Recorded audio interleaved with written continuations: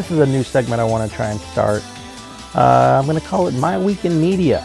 And so what I think I'm going to be doing is try to, every week, show you what I've purchased in the way of media, adding to my media library, and what I'm keeping up with, what media I'm absorbing that week. So let's go ahead and jump into things here with purchases.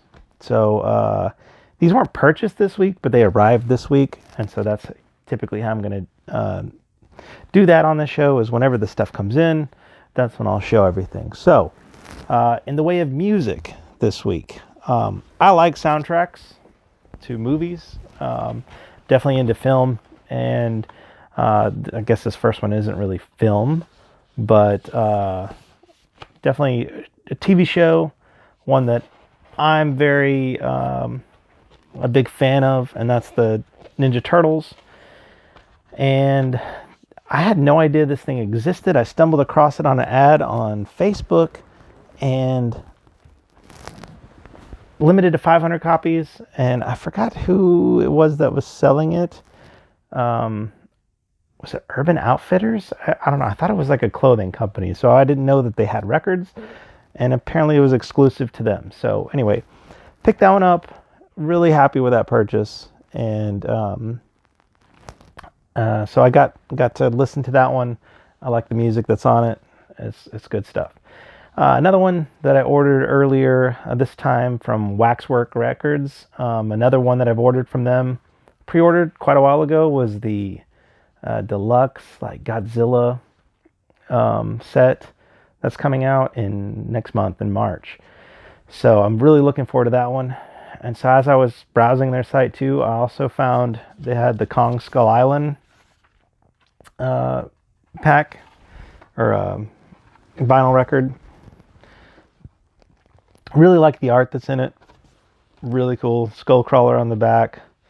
It even came with this nice art piece on the inside that has like on the back of it has this foreword from the composer Henry Jackman, and so it's pretty good. And so I've gotten to give it a listen to also. Quite enjoyed it.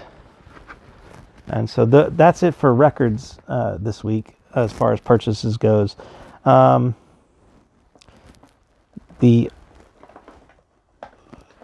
one isn't a purchase, but it came in this week, and that is part of the Mimiverse films, Saint Euphoria's, and that is the Phantom Lake Kids and the Unseen Invasion.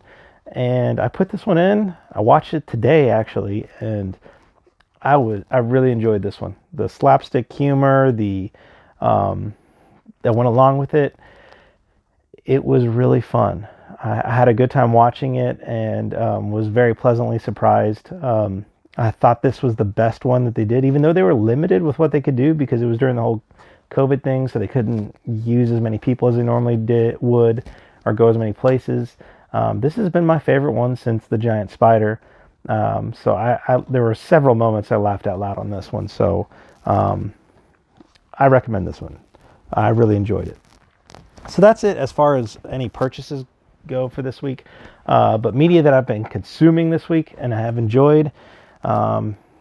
Here I'm in Texas, and we went through that whole, I don't know what it was, where it went crazy.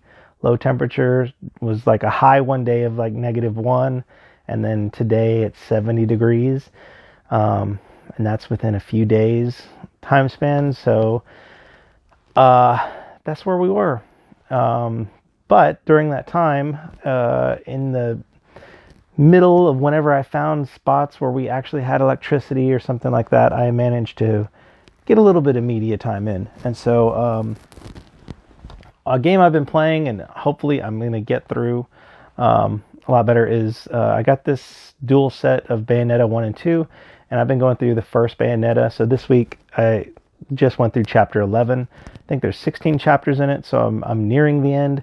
It's a really tough game, but it's a very enjoyable game. I like the gameplay style. It reminds me of God of War. I know a lot of people compare it to Devil May Cry, but I've never played Devil May Cry.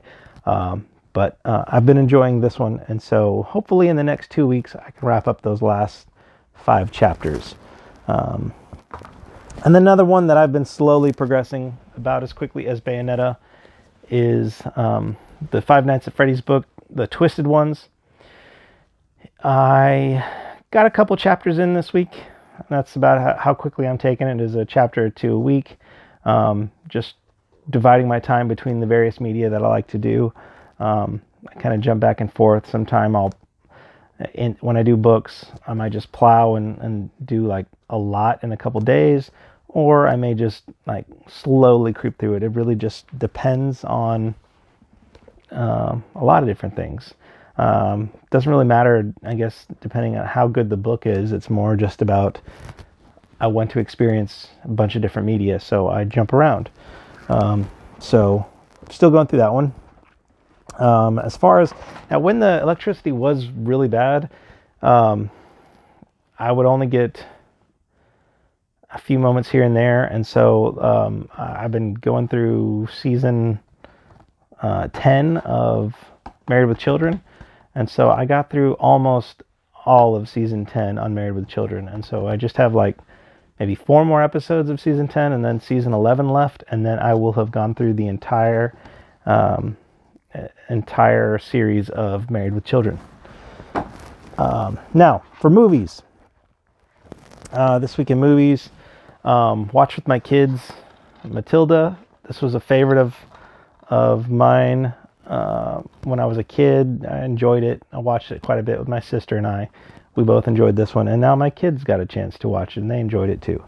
And then another one that watched on my own was this Journey to the Far Side of the Sun, and I really enjoyed this one a lot. It a fun concept, interesting idea that there's a mirror Earth on the other side of our sun, and that Earth is in the same exact orbit as our Earth. And the way it played out, I thought it was cleverly done, and I really enjoyed the miniature effects in this movie. They did a lot of their special effects with miniatures, and I always really like miniature special effects. Speaking of miniature effects, another one that I watched is this vintage sci-fi 6-movie collection. And on it, I didn't watch all of them, but I watched 2 of them. I watched The H-Man, which I was really excited about when I put in, because I've read some things about it, and it turned out that it was, I didn't know this until after I got it in. I saw the credits going, and it's directed by Honda, who directed the original Gojira and a lot of the other Showa era Godzilla movies, and then also Tsuburaya supervised the special effects work, which he also did that for most of the Showa era Godzillas. So I was expecting some kind of like kaiju action going in on this, and I was really disappointed. I didn't think it was that great. It was kind of like a poor man's version of The Blob. I love The Blob, but this was very weak as far as that goes. And the other one I watched on here was The 27th Day, and just classic 50s movie, 50s science fiction movie on that one. And the concept of that one was pretty good. I enjoyed that one a lot more than I did The H-Man anyway.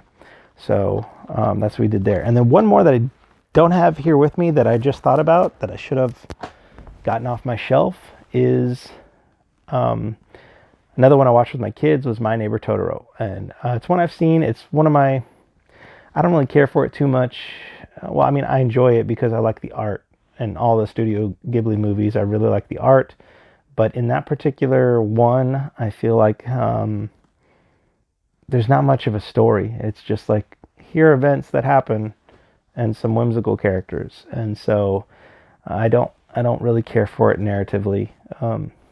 But my kids apparently enjoyed it because they've been asking to watch it again. At least Grayson, my older one, has. But that's about it for this week in media for me.